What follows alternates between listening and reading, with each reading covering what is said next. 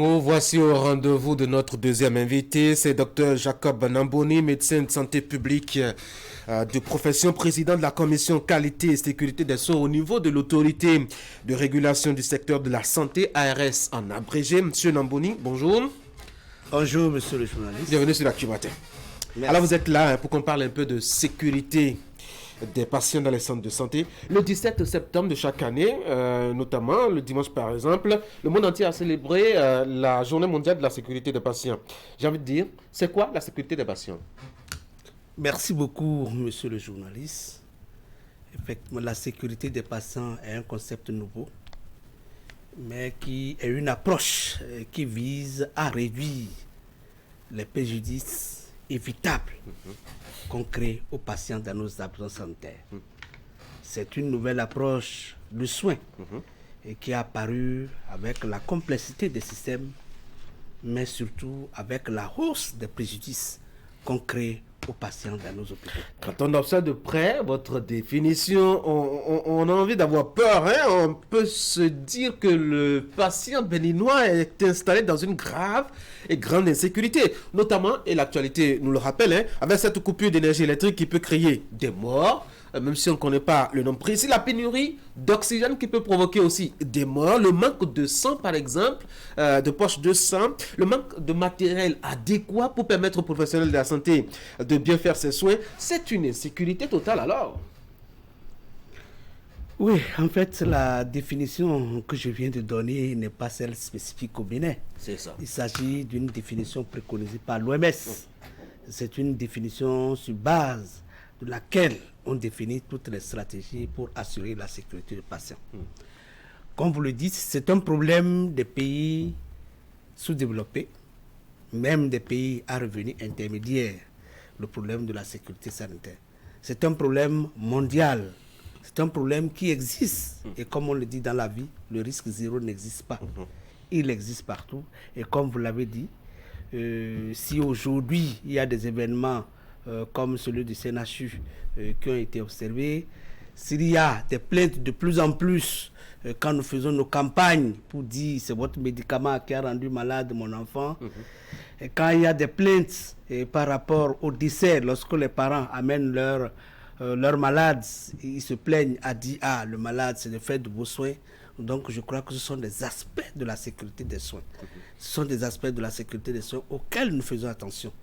L'OMS déclare d'ailleurs que dans les pays sous-développés, on enregistre ce qu'on appelle des événements indésirables graves associés à soins, estimés à près de des centaines de millions. Carrément. Et que ces inconvénients, ces effets indésirables créent des conséquences très graves, allant jusqu'au décès. Mais alors, quel est le regard que vous avez au niveau donc de votre structure sur le phénomène au Bénin? Okay.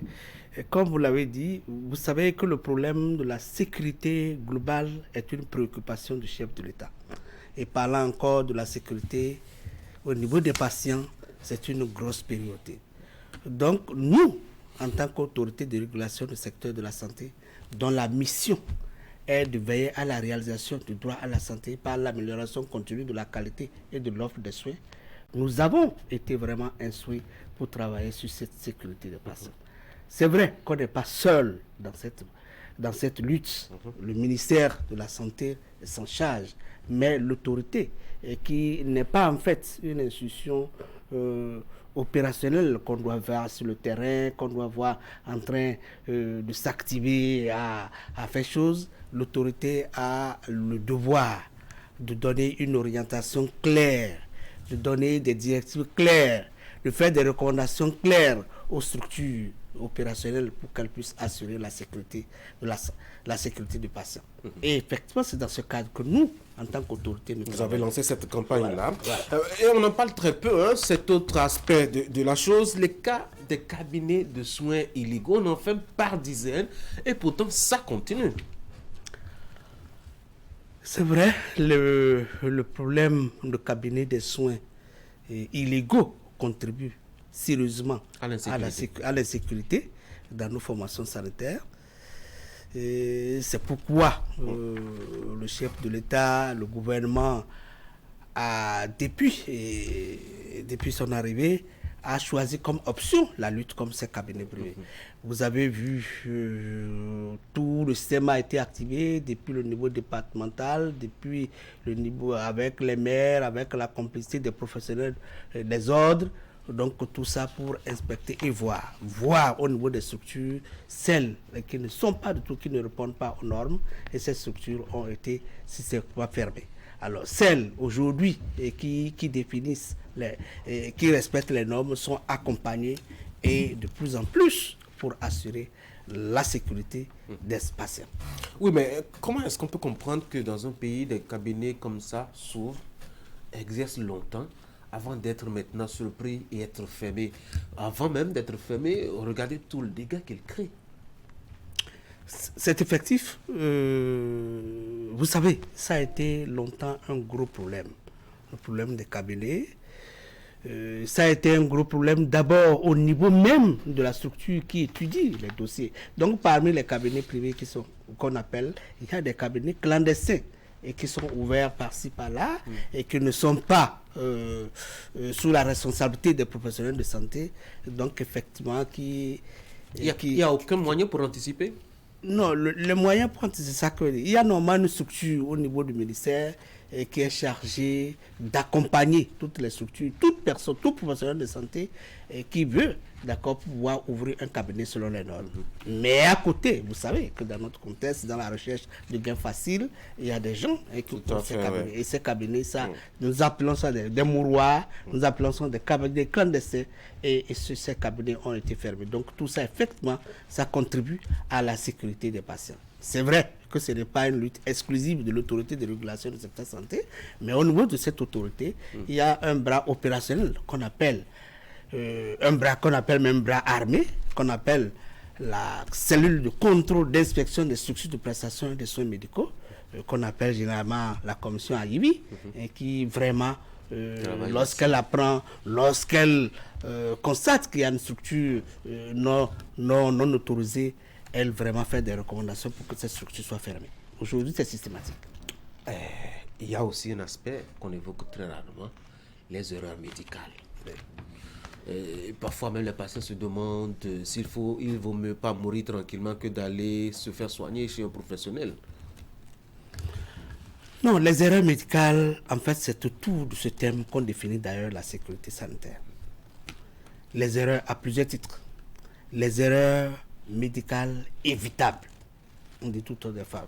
Pour ces erreurs évitables, la sécurité sanitaire vise d'abord à les prévenir. Et lorsqu'on ne peut pas les prévenir, il faut atténuer les conséquences graves qui sont issues de ces risques. Aujourd'hui, normalement, c'est votre téléphone? Oui. Sortez-le et mettez-le sur silencieux. D'accord. C'est tellement que la personne vous voit à la télé et voudrait bien discuter avec vous. Non, voilà. C'est en fait le réveil. C'est le réveil. Ah ok, d'accord, c'était le réveil. Okay. Donc, comme je le disais, oui.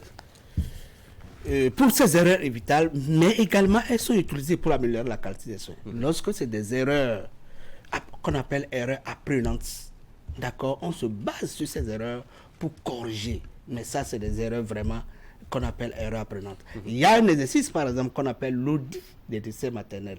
Imaginez, lorsqu'il y a un décès d'une femme, d'accord, on étudie le dossier, on voit les erreurs qu'on aurait pu éviter.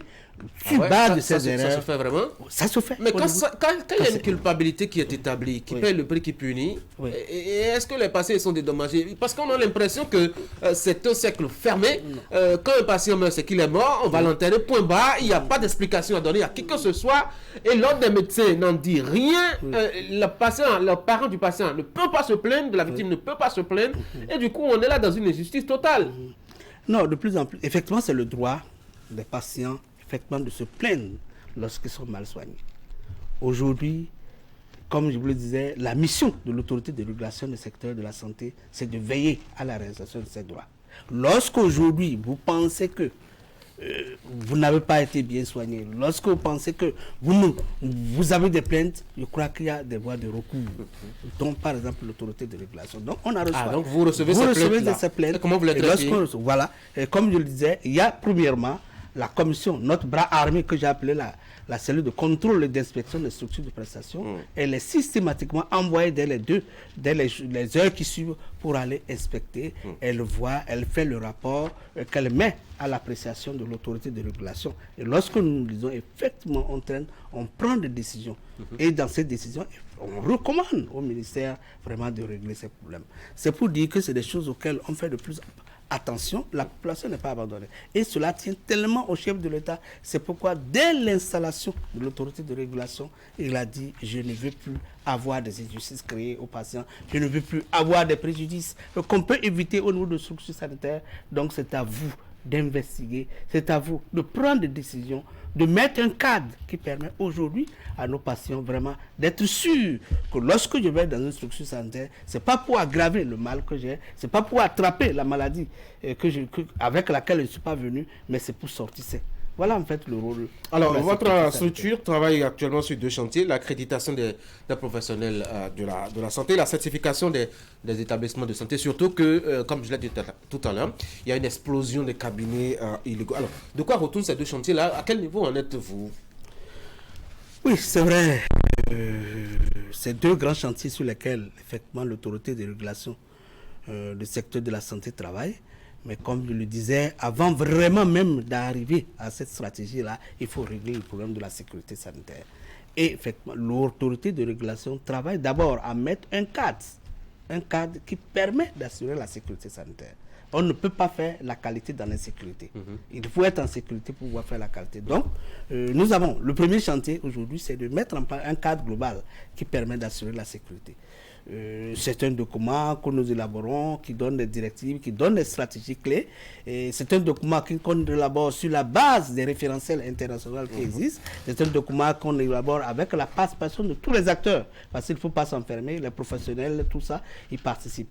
Donc, lorsqu'effectivement nous allons finir d'élaborer ce document, nous allons passer à ce qu'on appelle le contrôle de conformité. Alors, donc, votre structure, lorsque vous nous invitez, nous allons voir est-ce qu'elle est d'abord conforme, est-ce qu'elle garantit la sécurité.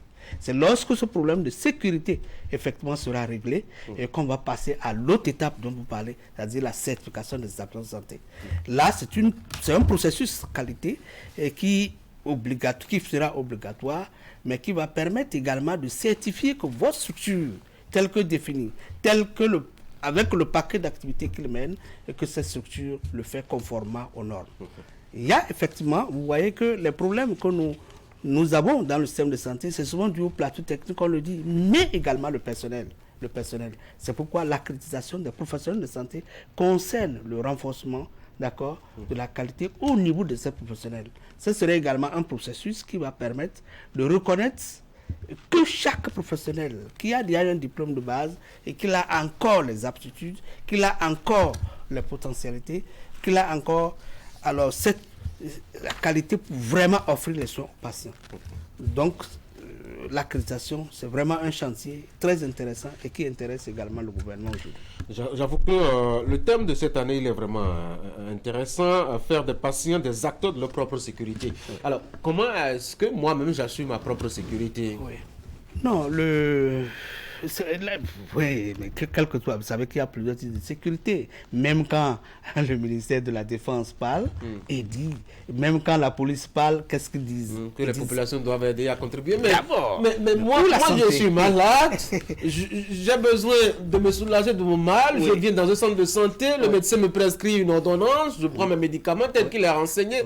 Comment est-ce que je peux savoir que ce qu'on m'a prescrit n'est pas en adéquation avec le mal dont je souffre? Non, c'est pour vraiment, à travers ce thème, c'est vraiment pour interpeller la population, pour leur montrer la nécessité de collaborer, la nécessité d'établir un partenariat avec vraiment leurs professionnels de santé qui les traitent. C'est en discutant, c'est vraiment en faisant ce qu'on doit faire qu'on peut éviter. Mais également, cette journée mondiale, à travers ce thème, on veut amener les décideurs, que ce soit la société civile, que ce soit les organisations, les ONG, tous ceux qui vraiment à participer activement à toutes les décisions que nous allons prendre au profit de la sécurité et santé. Mais c'est également une mesure pour permettre à la population d'être active, comme je vous l'ai dit. Lorsque vous avez un problème de santé, lorsque vous n'êtes pas associé, lorsque vous ne signalez pas ce que vous ressentez, on ne peut pas assurer votre sécurité. Mais c'est surtout également une journée qui va permettre de sensibiliser la population. Parce qu'il y a les gestes clés en matière de sécurité. Lorsque vous allez à l'hôpital, vous voyez les dispositifs qu'on a mis. Par exemple, pour le lavage des mains. Vous vous rappelez, il y a très récemment, la lutte contre Covid. Une des mesures phares, c'était le lavage systématique des mains. Donc, c'est pour vraiment également rappeler à la population sur ce qu'elle doit faire. D'accord? Des gestes simples, des comportements simples pour assurer leur propre sécurité avant que le professionnel de santé. Et d'ailleurs, quand on parle un peu de la sécurité du patient, ce n'est pas que le patient, c'est aussi bien le professionnel. Parce que lorsque vous êtes en face d'un malade, vous avez la possibilité vraiment de lui créer des dommages, mais également lui aussi, si vous n'êtes pas protégé, il peut bien vous donner le mal, comme ce qu'on a eu pendant le cas avec les maladies comme la SARS, ce qu'on a eu avec les cas comme l'Ebola, ce qu'on a eu comme Covid. Donc effectivement, il faut vraiment qu'il y ait un partenariat entre le patient et les professionnels de santé pour qu'on puisse vraiment assurer la sécurité. Voilà le sens de ce thème. Docteur Namboni, un mot pour finir. Oui, le mot pour finir, c'est à l'endroit de la population. Dit que la sécurité des patients, c'est un thème très important. L'autorité de régulation du secteur de la santé ne sera pas sur le terrain, mais nous veillons parce que nous sommes en train de donner des directives. Nous sommes en train d'écouter, vous avez vu tout dernièrement, on est descendu sur le terrain pour un peu regarder, pour apprécier un peu cette sécurité. Donc, lorsque nous allons mettre en place ce document à la disposition des professionnels, nous allons les accompagner pour la mise en œuvre. À la population, nous voulons demander que la sécurité commence par elle-même. Vous l'avez dit déjà par le choix des structures qu'elles font. Aujourd'hui, il y a les structures légales, il y a les hôpitaux qu'on connaît, mais également à côté, on a des mouroirs, d'accord, des gens qui... Donc, si la population choisit, par exemple, d'aller dans cette structure-là, je crois que ça n'aboutit à rien. Donc, la population doit vraiment savoir qu'elles peuvent, le fait d'un truc banal, le fait d'un geste assurer la sécurité, mais qu'elles peuvent également, à partir d'un geste banal, aggraver leur état de santé. Docteur voilà. Jacob Namboni, je rappelle que vous êtes un médecin de santé de profession.